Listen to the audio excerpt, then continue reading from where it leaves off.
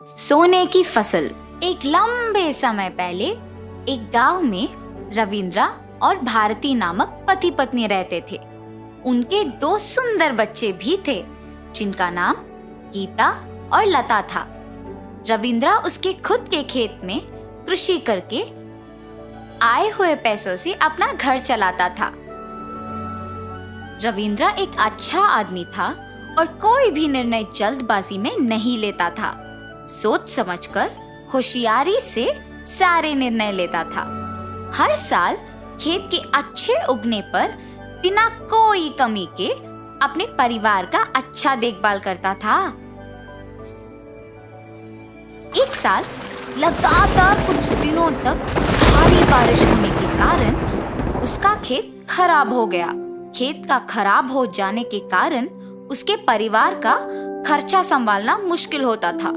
उम्मीद है कि कम से कम इस बार फसल आएगा, वरना मैं अपने परिवार का ख्याल नहीं रख पाऊंगा।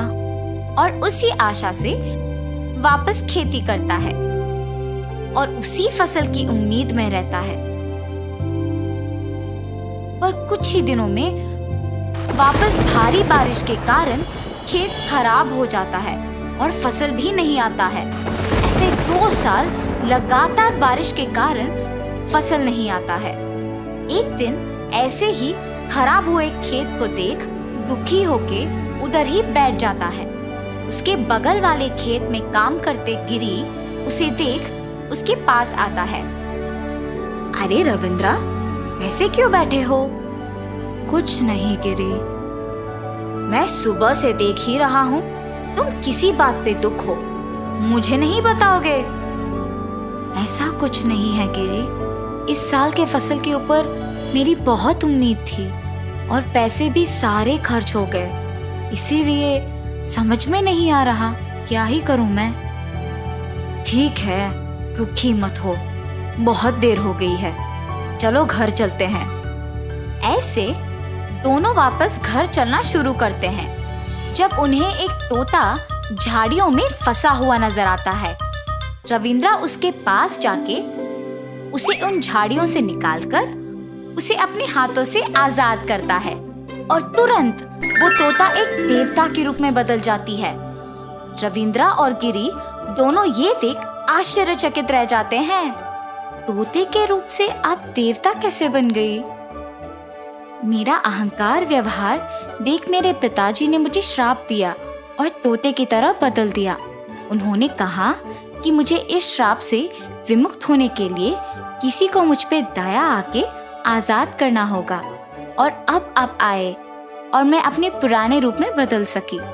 मुझे सहायता करने के लिए आप जो भी मांगोगे वो मैं पूरा करूंगी। माता, 2 साल से हमारे खेतों में बारिश के कारण फसल नहीं आ रहा। मुझे बस इतना चाहिए कि मेरा खेत पूरा सोना बन जाए। ऐसे बिना सोचे समझे उसने उसकी ये इच्छा देवता से मांग ली। तुम भी पूछो रविंद्रा, तुम क्या चाहते हो? मुझे गिरी की तरह जल्दबाजी में नहीं बल्कि सोच समझकर मांगना होगा। मुझे सिर्फ इतना चाहिए कि मेरा खेत का फसल सोने की तरह अच्छा उगे, उससे मेरी सारी दुख दूर हो जाएंगे। तुम बिना कुछ बोले बस सोच में पड़ गए।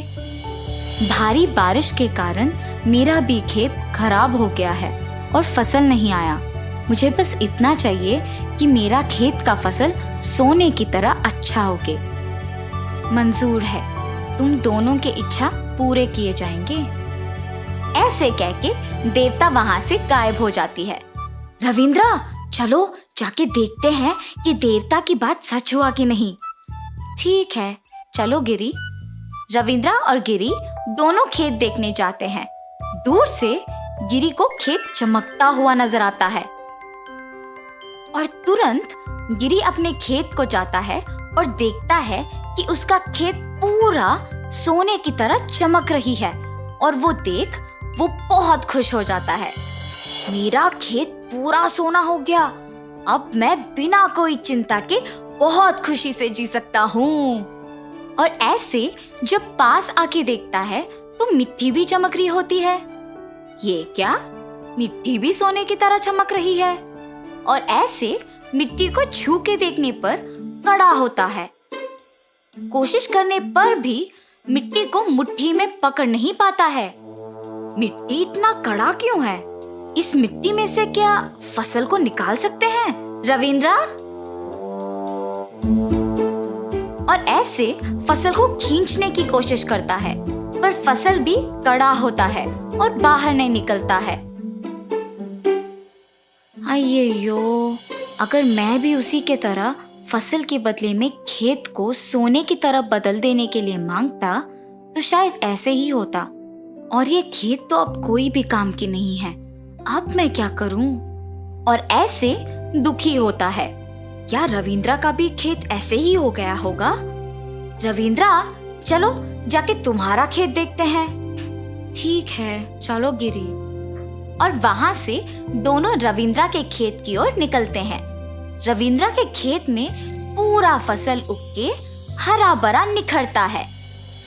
हवा की वजह से हल्का सा सारा फसल इधर उधर लहराता है। गिरी शक में जाके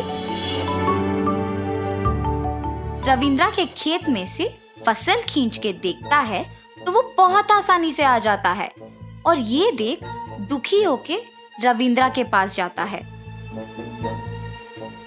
गिरी, तुम मेरा खेत देख इतना दुखी क्यों हो? क्योंकि उस देवता ने मुझे धोखा दिया है। तुमने और मैंने एक ही चीज मांगी थी, पर मेरा खेत पूरा सोना बन गया और तुम्हारा खेत पूरा हरा भरा फसल के साथ निखर गया। ऐसे देवता को कोसते रहता है जब वो वापस प्रकट होती है। गिरी, तुम मुझे क्यों कोस रहे हो? तुमने यही कहा कि तुम्हें तुम्हारा खेत पूरा सोना होना चाहिए और मैंने वही किया। रविंद्रा ने ये कहा कि उसको उसकी खेत का फसल सोने की तरह उगना चाहिए और वही हुआ। ऐसे कहकर वहां से गायब हो जाती है। अरे रे, मेरे जल्दबाजी के वजह से ही ये सब हुआ है। ये सोच दुखी होता है। क्यों दुखी हो तुम गिरी? चिंता मत करो, मेरा फसल अच्छा आया है ना, उसको मुझे बेचने दो। जो पैसे मिलते हैं उसे हम आधा आधा बांटेंगे। रविंद्रा, अगर मैं तुम्हारी जगह होता तो बिल्कुल ऐसे नहीं करता। मैंने लालच में ठीक से सोच समझकर निर्णय नहीं लिया। तुम्हारी तरह फसल का अच्छा उगना मांगना था, मगर जल्दबाजी में मैंने सोने का खेत मांग लिया था। अब से मैं कभी भी जल्दबाजी में फैसला नहीं लूंगा। कुछ महीने बाद रविंद्रा का फसल उगता है और वो उसे बेचता है और रविंद्रा उसके वचन के अनुसार आधा पैसा गिरी को दे देता है। उससे वो दोनों खुशी खुशी जीते हैं।